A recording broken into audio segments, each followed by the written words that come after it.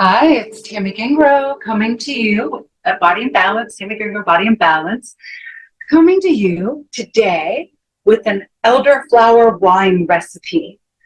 I absolutely love foraging, loving having a relationship with my food and my medicine from seed to stomach. But something about wild foraging is just so delightful. So here are some of my elderflower fronds that are still on the stem so that I could show you how to do it.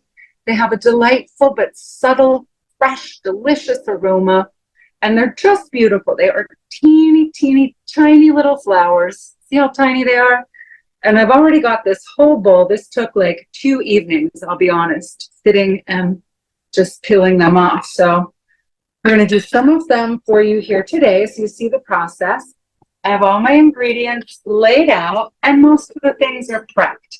My tools include, in this case, my 5-gallon sanitized brew bucket. I have my fresh local spring water. We're adding cold water afterward. I've already heated up 1 gallon of water. I have my 9 pounds of organic sugar ready to be dissolved in that water. When we're making a flower wine, something that doesn't have naturally occurring tannin, like from the skin of the grape, we're going to make a strong organic black tea. So we have a local tea shop that I absolutely love here in Pittsburgh, and I've got my organic Assam black tea. I'm going to put about 2 heaping tablespoons into this jar and pour my boiled water over the loose tea and let that steep. I'm going to put a plate on top, making 2 to 3 cups of organic black tea. In truth, it really doesn't matter if you have 2 or 3 cups. You're just going to adjust in your overall water, which is 3 gallons. So this has come out of those 3 gallons. This looks like it's about 2.5 cups. I'm going to stir it. And then I'm going to place the insert. That's going to take front and center now in our video. Place the small mouth lid over the top just to keep that steam in there and keep it really steeping up well. Put my tea away. And the next thing I've done is I've juiced my lemons. I'm going to juice one here for you live. So first I want to actually get the zest off of this lemon. So I'm not in my primary residence, so I don't have all of my favorite tools, but this also shows you how you can improvise. Just my ordinary cheese grater, and I've already washed all of my fruit really well. Lemons, it may be challenging to find them organic. Try your very best to get organic. Still wash it really well with a brush, and then I'm just scraping the zest off. And that's just going to give it all extra flavor. It's going to give us the oils of the lemons in there as well, and just a super fresh flavor. So I've zested my lemons, and I slice them in half. I don't have my amazingly wonderful antique lemon squeezer, citrus squeezer, so I'm just doing it the old-fashioned way. I'm just squeezing it with my hands, and then I come in with a large spoon and press around, and I get the rest of that juice out of there. Just kind of squeeze it around the spoon. So you'll get little tricks if you're traveling and you don't have your favorite lemon squeezer. You can just do it with your hands and a spoon. All right, last of the lemon here. This is 6 lemons. So if you're paying attention, we've got 9 pounds of sugar. I know that sounds like a lot for just 3 gallons of wine, but most of that sugar converts to alcohol in the fermenting process, of course. So the reason we need the lemons is we need some citric acid. Some people buy citric acid powder in the wine store. If I can, I'm going to use a natural form of citric acid. It just gets better flavor, better everything if you ask me. Another interesting thing to note, elderflowers and many of the things that we forage have their own naturally occurring yeast. I'm not going to be adding any yeast to this recipe unless I don't see the results I'm looking for after 3 days, then I can add a little bit of yeast. Okay, now I'm going to strain this in and I'm going to strain the tea in when the time comes because I've got my seeds in there. And I'm also going to put in just one of the lemon halves, even though I've already juiced it, just to again give it all the parts of the lemon. So to peel these, I'm going to bring it up nice and close here. You're just gently peeling these delicate little flowers. If some of the very smallest stems go in, that's totally okay. But it's just a gentle peeling. And I'm not going to do all the rest of these during the video. You're welcome, because that would be boring. We would be here for about, oh, who knows. With this many here, honestly, it could be 20 minutes, could be half an hour. I'm not really sure. But that's why when people say, oh my God, I just love your wine, I want to buy some. I'm like, oh my God, it would be like $300 a bottle if I was trying to sell it. Because the time is invested in foraging and in prepping your product, your fruit or your flower, the flavor and the essence of your wine, the body of your wine. So that's it. You see, it's very simple. I will do my best to post a picture of an elderberry bush. They are flowering everywhere right now, literally all across the United States. I don't know about other places, but they grow along highways, they grow in fields. Sometimes they can be challenging to get to. They seem to like steep hills, but there are an abundance if you only keep your eyes open. It is so easy to pick more than enough elderflowers so that you can make wine, as we're doing here, champagne, elderflower champagne. I just bottled 7 bottles, and I think I'm going to do another batch. That has to remain refrigerated, but it's a very quick process, and it is delicious. Okay, so you can see what you're getting into if you choose to make elderflower wine with the peeling of the flowers. The next ingredient, this is in my recipe. Most recipes, I haven't seen any other recipes that use apricot, but I use apricot. So this is a top secret recipe. I just take the pits out. This is nice and ripe. You could use dried if you have an organic dried, and that's your only option. But I've pitted these. I put about 6 or more apricots in.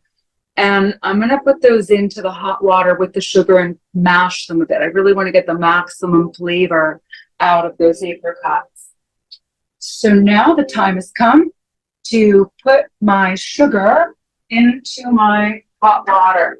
And the way I'm going to do that is the easiest way. I have my bucket already lined with my strainer here. It's a wine strainer. All of these products are available. I'm going to pour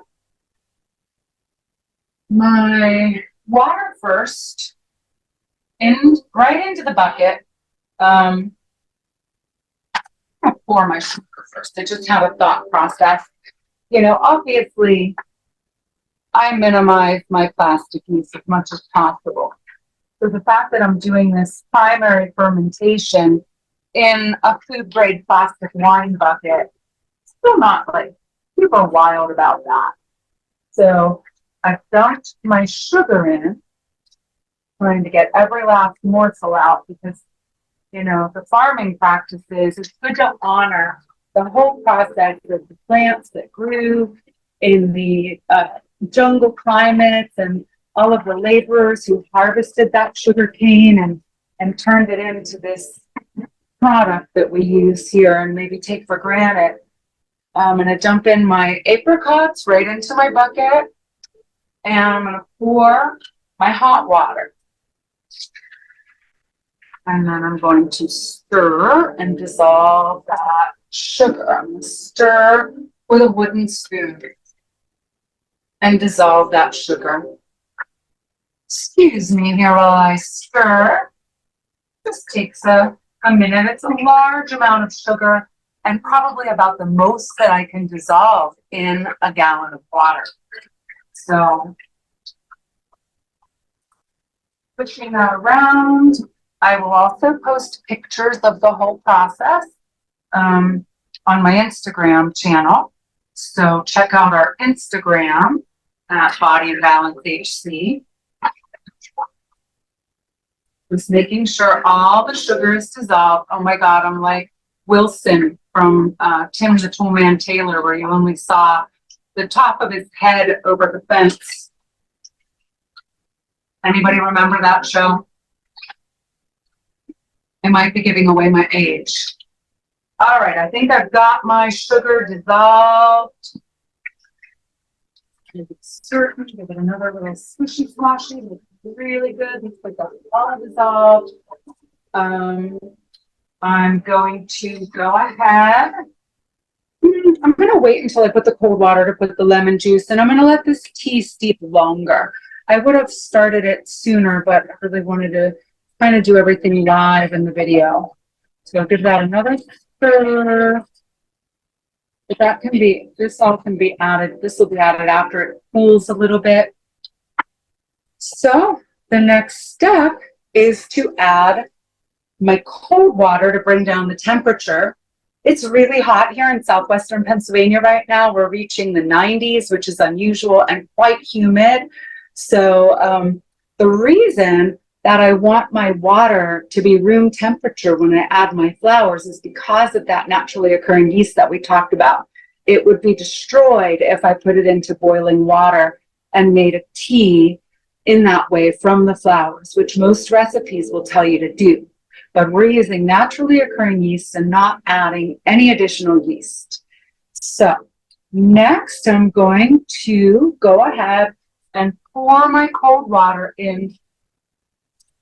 Because it's so hot though, and this cold water is only room temperature, I may still have to wait a little bit before I can add my flowers. It's like testing for baby formula. If you've ever done that, you can kind of sprinkle it on the inside of your forearm, and if it doesn't feel hot, it's a good temperature. I use that same kind of a process with the yeast.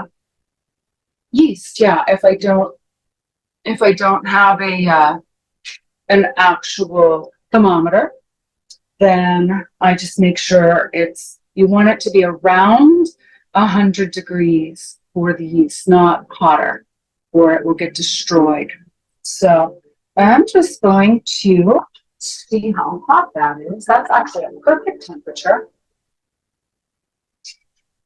Really perfect temperature. Just going to give it another stir. Now you can see pouring the flowers into the bucket. They are beautiful, fragrant, wonderful. Honestly, my recipe calls for 7 cups or more. I'm guessing that this is about 8 cups. I honestly didn't measure it. And it's not that important. You don't want to do less because you really need them, but 7 cups or more of the flowers only.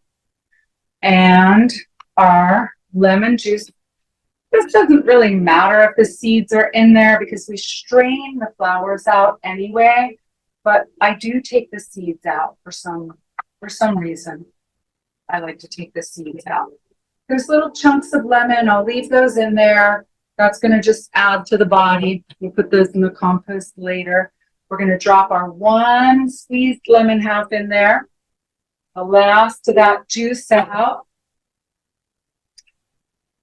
And I still want to let my tea, honestly, steep a little bit longer. You can see it's nice and dark, but we want a really strong black tea. So until that's cooled off, I'm going to add the tea later, but I would be straining my black tea into the bucket, and then you simply cover it with a clean tea towel.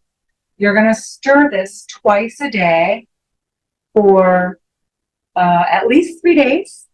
With my flower wines, I tend to do a 3-day primary fermentation. With my berry wines, it's oftentimes 7 days or more for my primary fermentation. I'm going to stir this in the morning and stir it at night. And by that 3rd day, there should be activity that it's fermenting, that the yeast is active and that the wine is fermenting. There could be frothiness on top when you open it already.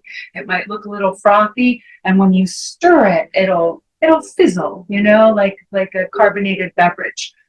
And if you do not see that fizzling after about 3 days, that's when we're going to need to add a little bit of wine yeast. You can add about a teaspoon of wine yeast. You want to test it out in some lukewarm water, about a half a cup of water, a teaspoon of sugar, dissolve that sugar, make sure it's not too hot, sprinkle some yeast on. If it hasn't foamed up on top, after a few minutes, that yeast is not live and active. So always test your yeast so you're not just putting dead yeast into your wine. If all else fails, you can use a few grains of ordinary bread yeast. It's not my ideal preference, but you don't want to use too much. It will actually affect and impact the flavor. So I am happy to be sharing all of my passions about the things I forage and ferment. My business, Body and Balance, we help people obtain optimal health and wealth naturally now by getting clear on your purpose, by choosing to live your purpose on passion, and by helping you to heal holistically. We address literally body, mind, spirit, emotions, the whole self. And the goal is to be a fully integrated spirit embodied human where we're no longer, our ego isn't in the driver's seat, it's our spirit in the driver's seat. So let me know if I can support you on your journey. I'm going to link to this recipe. You'll find it on our website. You're going to have to offer up your email address, maybe your phone number, so I can send you an occasional email or text message about awesome courses we have, retreats, and other delightful activities. Okay, my elderflower wine has been in the primary fermentation process in this 5-gallon bucket for 3 days. I did not have to add any yeast. Remember that elderflowers have a lot of naturally occurring yeast. This is evidenced by when I stir, see if you can hear. It's very fizzy. And I have removed, if you remember, we had a sort of a large tea bag. It's a wine bag. This is how it looks in the end. I've just squeezed. That's the rest of the elderflowers, apricots, and the lemon. And now I'm going to, for the purpose of this video, so you can see me pouring, I have it on my table. I would put a little cheesecloth in. I don't really know where my cheesecloth is right now, so I'm putting 2 strainers just to catch any little debris or flowers that have worked their way through.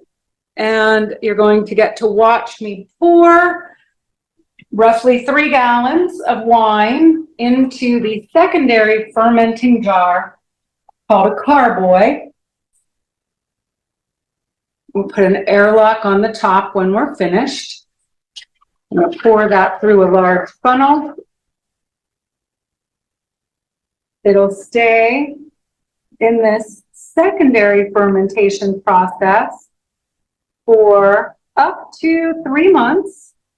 After about a month, well, first, when you have the airlock on, which I'll show you, you'll hear the air bubbles coming out. That's the gases off-gassing through the fermentation process. After that stops, then you can go ahead, rack off your wine. All the yeast is going to settle to the bottom of the jar. The process is called racking off.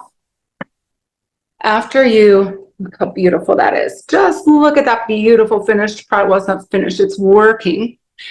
Elderflower wine, one of the most delightful things, and literally all you need to buy is some organic sugar, some lemons, some apricots, and just take your time out there in nature, soaking up the sunlight, which is good for us. And you can make these delectable treats and treasures and gifts. Gifting homemade wine is amazing. I call my wild foraged wines wild woman wines. And I'm gonna get the carboy. 2 basic designs of the airlock. You put some water in it, and it's got this rubbery cap. Stick it right in so it's airtight, and it will off gas through the secondary fermentation process. So check back often to our Body and Balance YouTube channel for more tips on healing in nature, healing through nature. We are thrilled, absolutely thrilled, to launch our 60-day ultimate cleanse and renew using the most latest techniques. Some of them are as simple as working with your own urine, believe it or not, and very simple solutions and whole foods, real food diet, vegetable-centric diet, and we can heal ourselves of almost all of the effects of the toxins, viruses, attacks that we're under as human beings right now. So just look for that link in the description box below to learn more and grab our free 5 Days to Radiance guidebook. And please like, share, and subscribe. It really helps. We're working hard to grow our community and to make causal change. Blessings and love, beautiful beings. Namaste.